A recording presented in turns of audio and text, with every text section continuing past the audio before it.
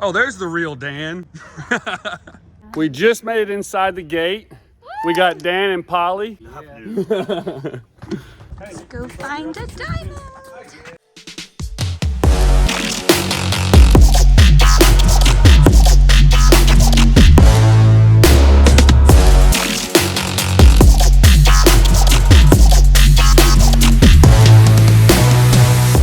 So we've got everything out here in the field as close as we could to the east drain. That's where we're actually gonna be hunting for these diamonds. You're a diamond. No, you're a diamond. We've got buckets to carry the material from the east drain over here to where we're actually gonna be sifting in these tubs we brought.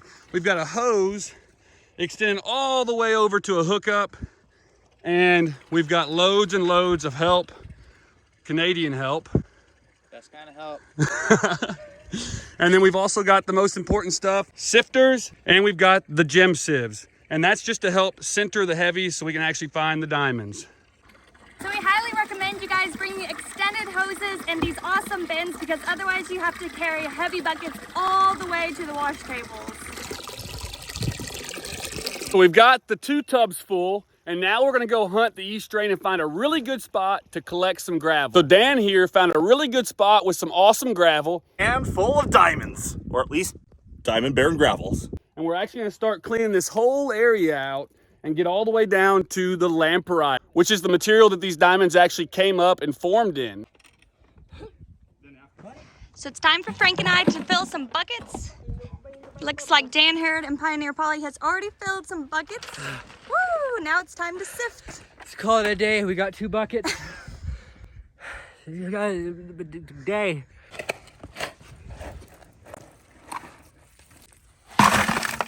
So basically you have 2 screens. You have a 1/4 inch and then a 16 or 20 mesh screen underneath that. What you're doing on the top screen is basically just working everything through it, and anything on top, you're just gonna quickly look at, toss it behind you, and keep going. It's like you would do with a classifier when panning for gold. And if you have any clumps of clay or mud, make sure you break them down. And then after that, do a quick shake, and then just pick it up, look through it real quick, and fling it. And then the next screen, you really just want to shake it pretty good. Make sure you get all that nasty mud out. And then you want to work it to a corner, like so, not let anything spill out.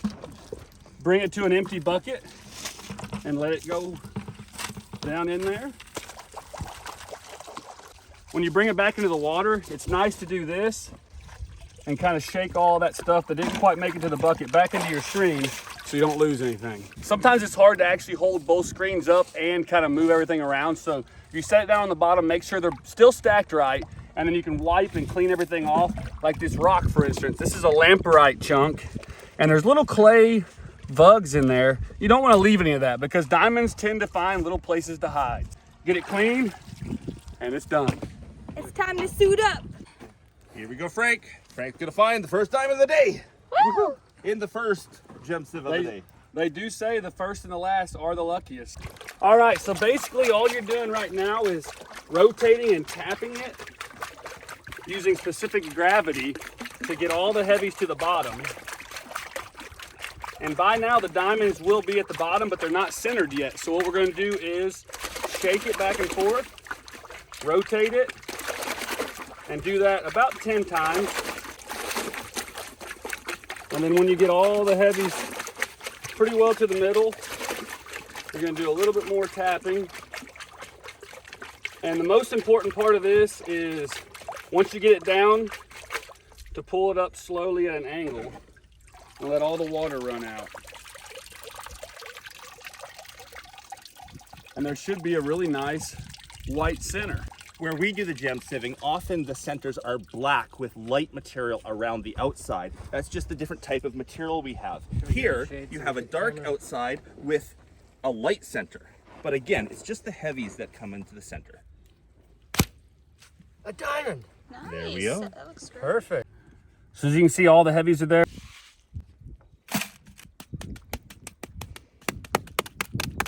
Drummer boy. Such a pro. One. Nothing. Nice. Yeah, baby. Look at that. Baby. Well done.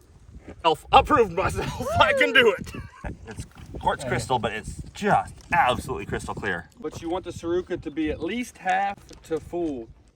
So as you pile it in the middle, Is that enough? yeah, just a little bit more. Whoa, whoa, whoa, whoa! That's enough. Okay. Next step, you're gonna Spin, yeah. Yeah, you don't want to hold it with your thumbs. Just kind of let it rest on your hands. There you go. Yeah. And then you want to bounce it and spin it at the same time. Keep going. Keep on going. You want to do this for about 15 seconds or so, depending on how fast you do it.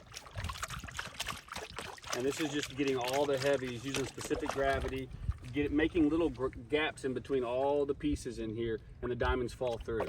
So you just keep doing it, keep doing it, keep doing it. You're doing good. You can do it. Keep going. Yep. All right, now what you want to do is shake it really good. Nope, you want to shake it like up and down a little bit. There you go. Bring it all to the middle. Shake, shake, shake, shake, shake, shake, shake, shake. And then you want to rotate it, tap it all flat, and then shake, shake, shake, shake, shake. There you go. And just keep doing that. I'll see you tomorrow. Okay, thanks.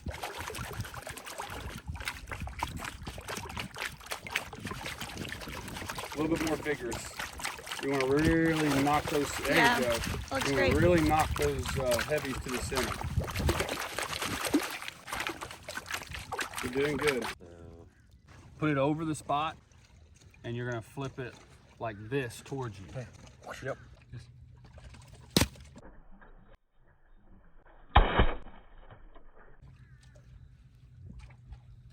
Hey, he did it.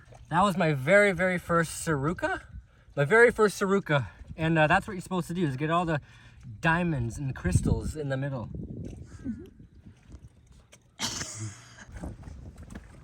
So we just found a piece of metal. That's a good sign because it is heavy. Unfortunately, I don't know exactly how old it is, so still neat. I'm not even sure 100% what it is.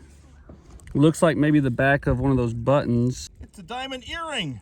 Without the diamond. So we've been digging over here. We're making some progress, and we've actually got some nice gravel. It's not crazy good, but it is decent looking stuff. We've got some nice jaspers and some actually larger cobble and rocks in this stuff right here that people have missed. And right over here, sitting on top of the lamprite, we've also got some nice gravel as well. So you're always looking for that gravel down at the bottom where it's been gathering and gathering over the years that people have missed, and this is looking pretty good. Come on, diamond.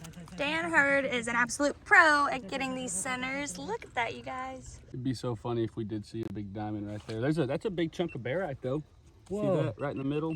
Look, I see a rock. So after a while, the buckets actually end up getting full of your really fine silting material. So you have to empty it and then refill it. So that's what we're doing right now. And then eventually we'll get back to it.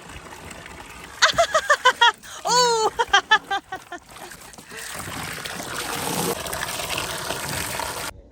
Yeah, so I think it dried out and it lost its shine. Oh, there it is. I see it. Ooh, that might be one. Oh my gosh. Okay, Wait. let us know what's going on.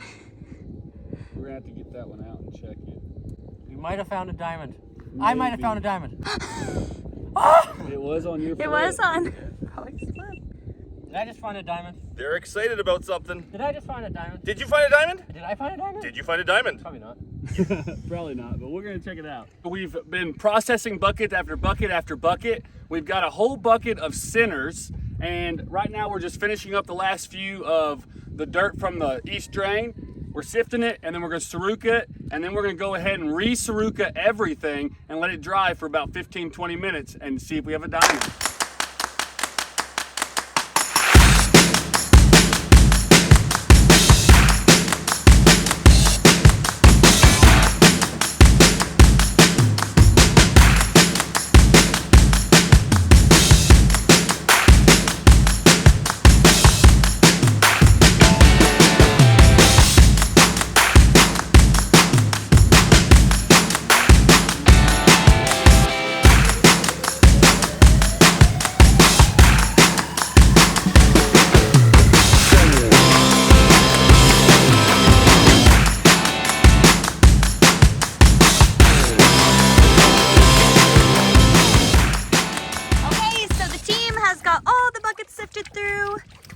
have an entire bucket of centers that they've been scooping out from each soruka pile.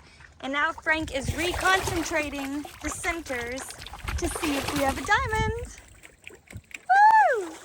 Woo! This is also the second best way to see if we can find a diamond. The first best way is what we're going to be doing later.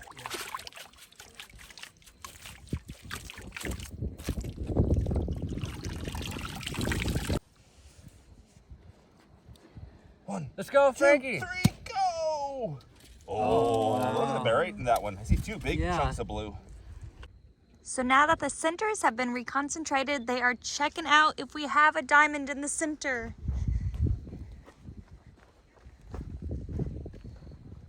It's really easy to spot the diamonds once the pile has kind of dried and everything else isn't wet and shiny.